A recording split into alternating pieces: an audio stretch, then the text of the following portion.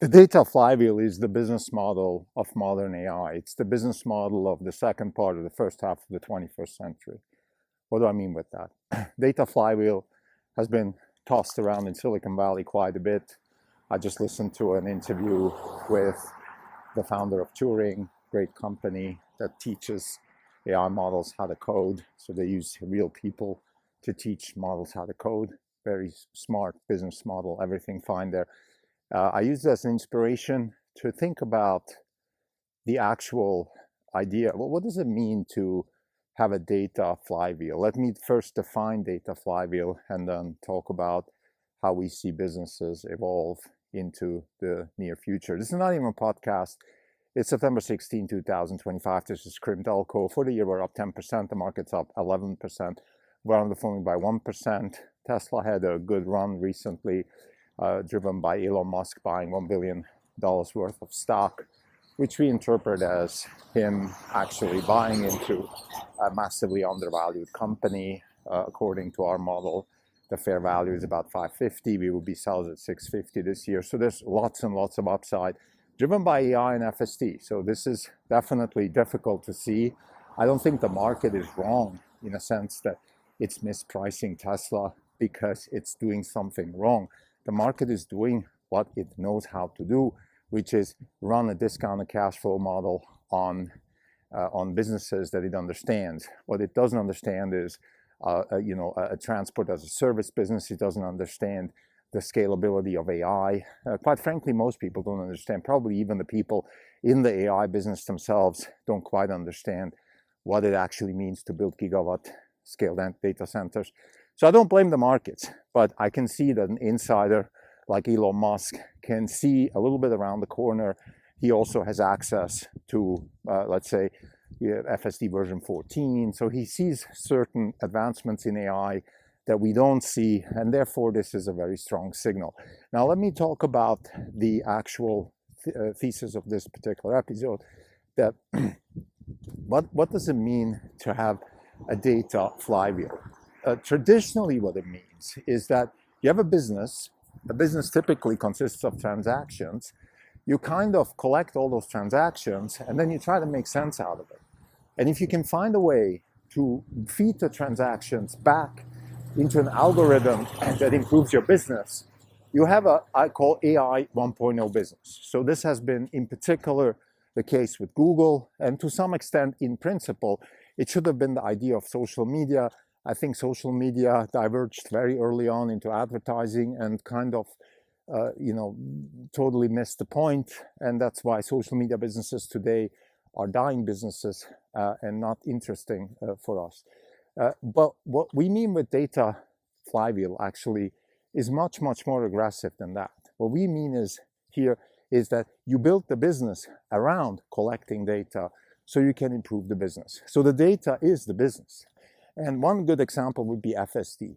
I don't know if that was deliberate by Elon Musk or not, but when they started collecting videos of people driving, that was the business, because FSD now is valued more than the car business. So if you go back 7, 8 years back, you could have argued that the most value the stock had back then already was in AI and FSD. It's just it wasn't, it didn't even exist, so nobody was able to price it. Versus now we can see, at least we can build a model around FSD and robotaxi and cybercab and robo-trucking. So we have a sense for where this might be going. But collecting the data was the business. And we see this as a first step. That's AI 2.0, which is you collect real data as part of the business to then scale up into an AI business. But the real AI 2.3 business is where you build data centers and you create what we call synthetic data, which soon I think we can just get rid of the suffix synthetic. It's just data is data. It doesn't matter where it comes from. And that goes back to the many world interpretation of AI. So building generative world models in which AI can learn, that is the business. And the learnings of the AI, which will be general and compute constrained, only compute constrained, will deliver an intelligence which is, like we discussed yesterday, it's Kolmogorov complex, and in a sense not provable, not verifiable, but it's still useful. It's useful in a Kolmogorov complexity type of way, which means that we will be able to predict actions, solve problems, and pursue goals. And that is going to be the business. So creating those data centers, I guess that's the conclusion of this episode, actually building data centers, gigawatt scale data centers, and having the associated models, data collection technologies, and then of course, applications in the real world, that is going to be the business. So for example, when Optimus learns how to navigate in the real world based on many worlds learnings through continuous learning and the ability to learn actions in the real world based on video data. Once Optimus learns how to do that, the path towards learning physics out of synthetic data, again, synthetic soon be dropped, just data, data-driven physics, data-driven chemistry, data-driven biology, everything is going to be driven by data, and the data is going to be created in the data center. So the data center is going to be a factory for physics or for science. The three vectors that drive society are science, commerce, and philosophy.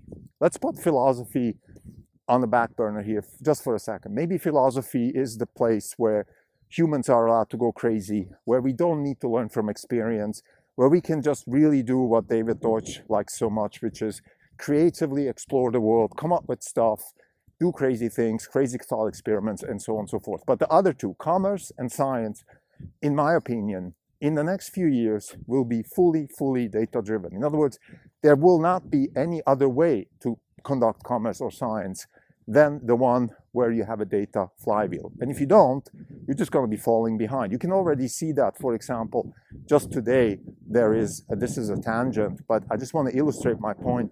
There are these so-called Saas companies, Salesforce.com, Workday. Today, Workday had actually their big day in San Francisco, Workday Rising, I believe. And the CEO and founder spoke about the future of AI being human-centric. And that's a very feel-good statement. Of course, he wants his customers to not feel bad about losing their jobs and things like that. But of course, in reality, the future of businesses is data, is compute, it's data flywheel. Humans, they play a role, and that's for another episode.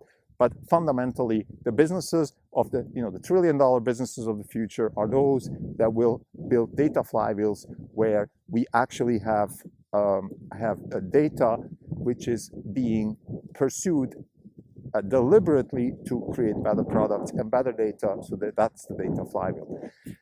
AI 2.0, which is what FSD is, what Google is, and other businesses already created trillions of market caps. That is businesses that create real-world data, such as Google searches or driving videos. You then take those, you create better search experiences or a better FSD. That is still valid, and that's AI 2.0, and actually most businesses haven't even transitioned to that. AI 3.0, that is data centers, they're turning into data factories. Data factories are turning into token factories, and the token factories are turning into factories that produce agents that pursue goals, and those agents then again create new data, and that data creates new tokens and new goals, and so forth. The human in this data flywheel is the CEO, the founder, the investor, the creative mind, and that's where probably philosophy comes into play.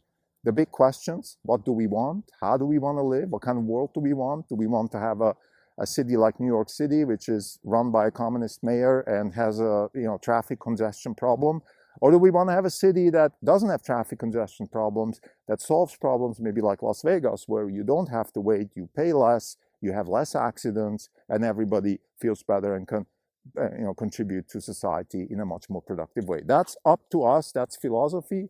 I don't think that should be data-driven. I don't think AI should give us solutions on that front yet. But on the other two, commerce and science, I think data factories, token factories, and goal-driven agents, that is the future of flywheel-driven businesses and science. Thank you.